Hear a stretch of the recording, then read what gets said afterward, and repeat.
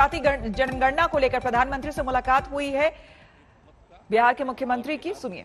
राय है और यही नहीं बल्कि देश भर में लोगों की राय, इसलिए हम लोगों ने अपनी बात रखा। बहुत ही उन्होंने हम लोगों की बात को सुना है, हम सब उनके आभारी हैं कि उन्होंने सबका बात ध्यान पूर्वक सुना।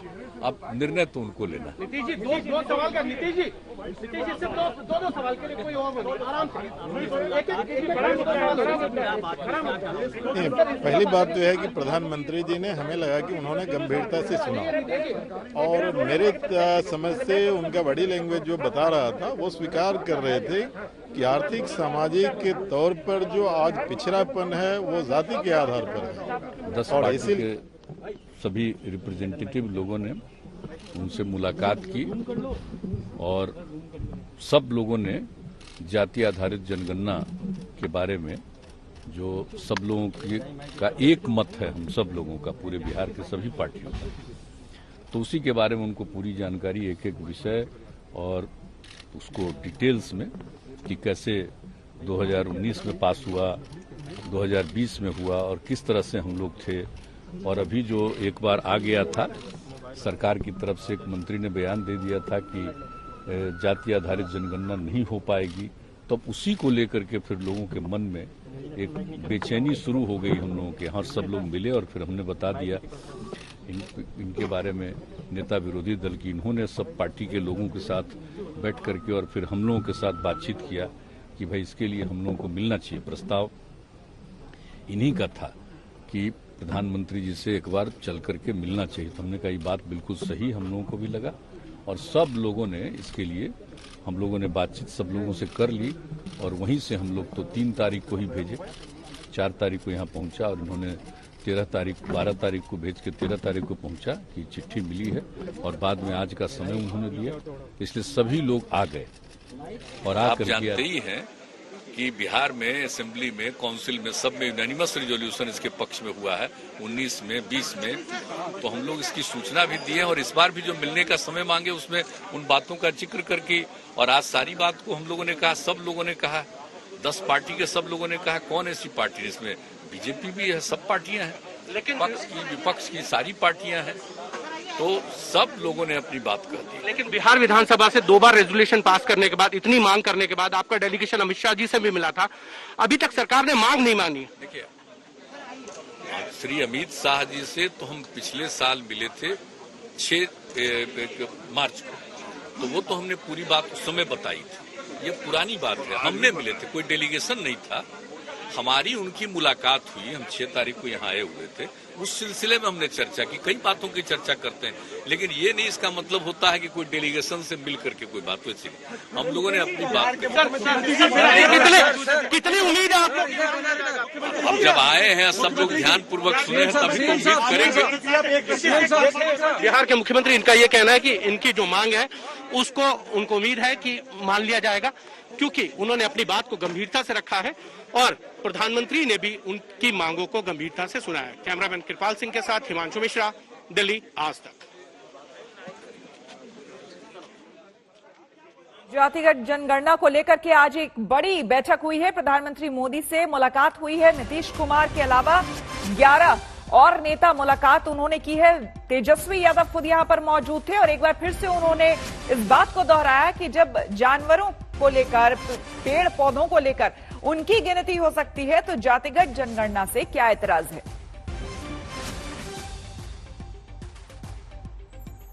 सब लोगों ने कहा, 10 पार्टी के सब लोगों ने कहा, कौन ऐसी पार्टी, इसमें बीजेपी भी है, सब पार्टियां हैं, लेकिन पक्ष की विपक्ष की सारी पार्टियां हैं, तो सब लोगों ने अपनी बात कह दी। लेकिन बिहार विधानसभा से 2 बार रेजोल्यूशन पास करने के बाद, इतनी मांग करने के बाद, आपका डेलीगेशन अमित शाह जी से भी मिला था, अभी तक सरकार ने मांग नहीं मानी। देखिए, श्री अमित शाह जी से तो हम पिछले साल मिले थे 6 मार्च को, तो वो तो हमने पूरी बात उस समय बताई थी, ये पुरानी बात है, हमने मिले थे, कोई डेलीगेशन नहीं था, हमारी उनकी मुलाकात हुई, हम 6 तारीख को यहाँ आए हुए थे, उस सिलसिले में हमने चर्चा की, कई बातों की चर्चा करते हैं, लेकिन ये नहीं इसका मतलब होता है कि कोई डेलीगेशन से मिल करके कोई बात हुई। हम लोगों ने अपनी बात कितनी उम्मीद है आपको? अब जब आए हैं सब लोग ध्यान पूर्वक सुने हैं तभी तो उम्मीद करेंगे।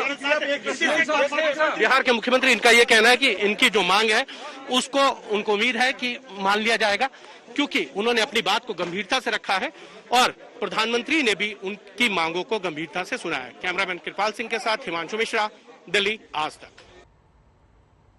और इस बीच आपको बता दें, तेजस्वी यादव ने भी एक बड़ी बात कही है। उन्होंने कहा कि भाई बिना आंकड़ों के कैसे विकास की योजनाएं बनेंगी। दरअसल बार बार ये मुद्दा उठाया जा रहा है और इसे लेकर केंद्र जो है, अब तक केंद्र में किसी की भी सरकार रही हो, सहमति नहीं बन पाई, लेकिन अभी इस वक्त चाहे बीजेपी हो चाहे विपक्षी दल हो, तमाम लोग एकजुट होकर बिहार से स्पेशली सारे लोग यहां आए हैं और उनका यही कहना है कि इससे विकास होगा, इससे विभाजन नहीं होगा। राष्ट्र हित में, नेशन के इंटरेस्ट में कोई काम अगर है और हम सब पूरे बिहार के लोग 10 पार्टियां हैं मिलकर के आए हैं, क्योंकि ये ऐसा काम है, ऐतिहासिक काम होने जा रहा है, होगा, जिससे जो देश के गरीब हैं, जो अंतिम पैदान पे खड़ा जो व्यक्ति है, उन सबको लाभ इसका मिलेगा। अब तक आपको नहीं पता है कि भाई मंडल कमीशन से पहले पता ही नहीं था कि कितनी जातियां हैं। मंडल कमीशन हुआ, उसके बाद पता चला देश में जो है हजारों जातियां हैं। और इसमें एक बात समझने की जरूरत है, जब जानवरों की गिनती होती है, पेड़ पौधों की गिनती होती है, तो इंसानों की भी होनी चाहिए। SC ST का होता रहा है और धर्म के आधार पे भी जो है, रिलीजन का भी जो है, वो उसकी भी काउंटिंग होती है। हम ये जानना चाहते हैं कि हो क्यों ना, क्यों नहीं होना चाहिए। जब आपके पास कोई साइंटिफिक आंकड़ा है ही नहीं, तो आप कल्याणकारी योजना तो कर ही नहीं सकते। गवर्नमेंट के पास अभी, किसी भी सरकार के पास स्पष्ट आंकड़ा या कोई इस विषय में जानकारी जो है कि भाई कौन ऐसा समाज का लोग है जो दिहाड़ी मजदूर है, कौन ऐसे लोग हैं जो भूमिहीन है, कौन ऐसे जो लोग हैं जो भीख मांगते हैं। तो ये काम तो अभी जैसे केंद्र सरकार ने OBC की दिया है कि भाई राज्यों को कि कोई भी जात जो है OBC में राज्य चाहे तो डाल सकती है, लेकिन क्या बेस होगा उसका? तो आंकड़े आपके पास होंगे तब तो आप तय कीजिएगा, तब आप किया जाएगा। और इसमें सब लोग, एक तो ऐतिहासिक काम हुआ और पहली बार हमको लगता है कि किसी राज्य के द्वारा सभी पार्टियां, जिसमें बीजेपी भी इंक्लूडेड है, उन सब ने मिलकर के जो है 2 बारी बिहार विधानसभा से पारित किया गया। तो अब प्रश्न जब पूछा गया पार्लियामेंट में, तो बोला गया कि कोई पॉलिसी नहीं है। लेकिन आपको भी पता है, आदरणीय लालू जी, मुलायम सिंह जी, यूपी के सरकार में, मनमोहन जी के समय में जातीय, शैक्षणिक और आर्थिक जनगणना हुई थी। हम लोगों ने कई बातें रखी कि भाई कैसे इंटरेस्ट में है, और ये भी बात की कि इसका कोई विरोध नहीं करता। अगर जातीय जनगणना से उन्माद फैलेगा, जातिवादी कहलाओगे, तो धर्म की भी गिनती नहीं होनी चाहिए। क्यों गिन रहे? तब तो धर्म में भी जो है आपका राइट होगा। तो वो भी अब तक तो हुआ नहीं ऐसा कि सेंसस से रिलीजन में लड़ाई हो जाए, तो ऐसी बात तो नहीं है। दूसरी बात, खर्चे की जहां तक आई, तो भाई जो सेंसस ऑलरेडी होता है ST का, SC का, आपका माइनॉरिटीज का, तो उसमें एक कॉलम ही जोड़ना है। जब खर्चा जब जानवरों के लिए हो रहा है, गिनती के लिए, पर्यावरण के लिए हो रहा है, पेड़ पौधों के लिए हो रहा है, तो आपको पता तो चलेगा कि भाई कौन किस जात के हैं, तभी तो रिजर्वेशन में भी लागू करने में भी लोगों को सहूलियत होगी। तो ये सारी चीजें जो है प्रधानमंत्री जी समय दिया, हम उनको धन्यवाद देते हैं। और बातें हम लोगों के डेलीगेशन की आदरणीय मुख्यमंत्री जी के नेतृत्व में, हम मुख्यमंत्री जी को भी धन्यवाद देते हैं कि हम लोगों के प्रस्ताव को, हम लोगों की मांग पर जो है प्रधानमंत्री जी से समय मांगे और प्रधानमंत्री जी ने गंभीरता से सुना है। अब हम लोगों को बस इंतजार है निर्णय का। अब सुने तो हैं, अब हम सब लोग की मांग पे प्रधानमंत्री जी को, केंद्र सरकार को निर्णय लेना है, क्योंकि पार्लियामेंट में जो, क्योंकि ऑलरेडी एक बार हो ही चुका था, वो तो करप्ट हो गया। तो तेजस्वी यादव ने साफ तौर पर कुछ बड़ी बड़ी बातें कही पीएम से मुलाकात के बाद। उन्होंने कई बातें कही जिसमें उन्होंने कहा कि हमने अपनी बातें जो है वो रख दी है। धन्यवाद दिया, प्रधानमंत्री को भी धन्यवाद दिया, मुख्यमंत्री को भी। कहा कि जब जानवरों की गिनती हो सकती है तो इंसान की क्यों नहीं हो सकती। काबुल पर काबिज होने के बाद से तालिबान दुनिया के सामने अफगानिस्तान के हालात को बेहतर दिखाने की कोशिश कर रहा है।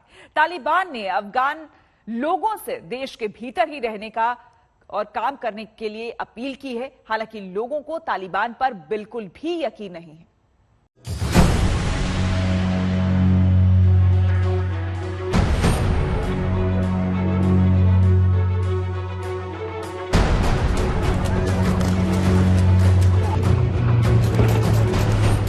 काबुल एयरपोर्ट के बाहर की वही तस्वीर जो पिछले एक हफ्ते से सामने आ रही है।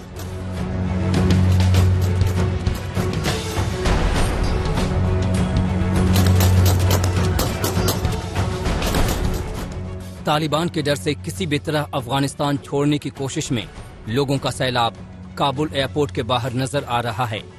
बीच में तालिबानी आतंकियों की तरफ से गोलियां चलने की आवाजें भी आती हैं। ऐसी ही फायरिंग की वजह से अक्सर यहां भगदड़ मची है। कल इसी तरह एक भगदड़ में 7 लोगों की मौत हो गई। The reports that you mentioned, and also we sadly know that at least 7 people died in the crowds yesterday, and we send our condolences to their families. It was just unimaginable, the circumstances that people were trying to queue in yesterday. Kabul airport का पूरा मंजर खौफ और चिंता में डालने वाला है, लेकिन तालिबानी आतंकियों की कोशिश है कि दुनिया के सामने अफगानिस्तान की अच्छी तस्वीर जाए। अफगान छोड़कर भाग रहे लोगों से तालिबान ने अफगानिस्तान में रहने और काम पर लौटने को कहा है। Our leadership and elders have earlier announced amnesty through national and international media outlets. So my message to them is stay inside the country. We have no personal problem with anyone. Amnesty has been given to all government officials, so they should honestly serve the country. Afghans will have no honor and respect in other countries they have in their own country. We are asking them not to leave the country. They will be secure. लेकिन तालिबान का दागदार अतीत और काबुल में तालिबानी आतंकियों की करतूतों को देखते हुए किसी को भी तालिबान पर रत्ती भर यकीन नहीं है।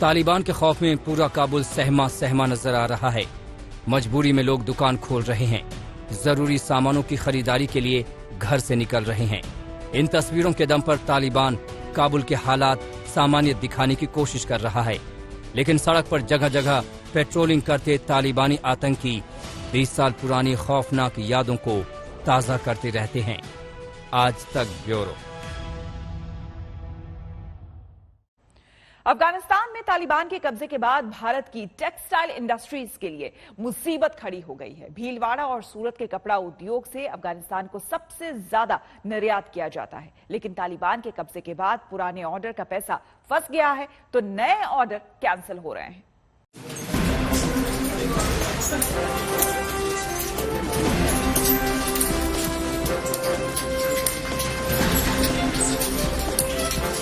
अफगानिस्तान में तालिबान के कब्जे से भारत की टेक्सटाइल इंडस्ट्री को बड़ा झटका लग सकता है।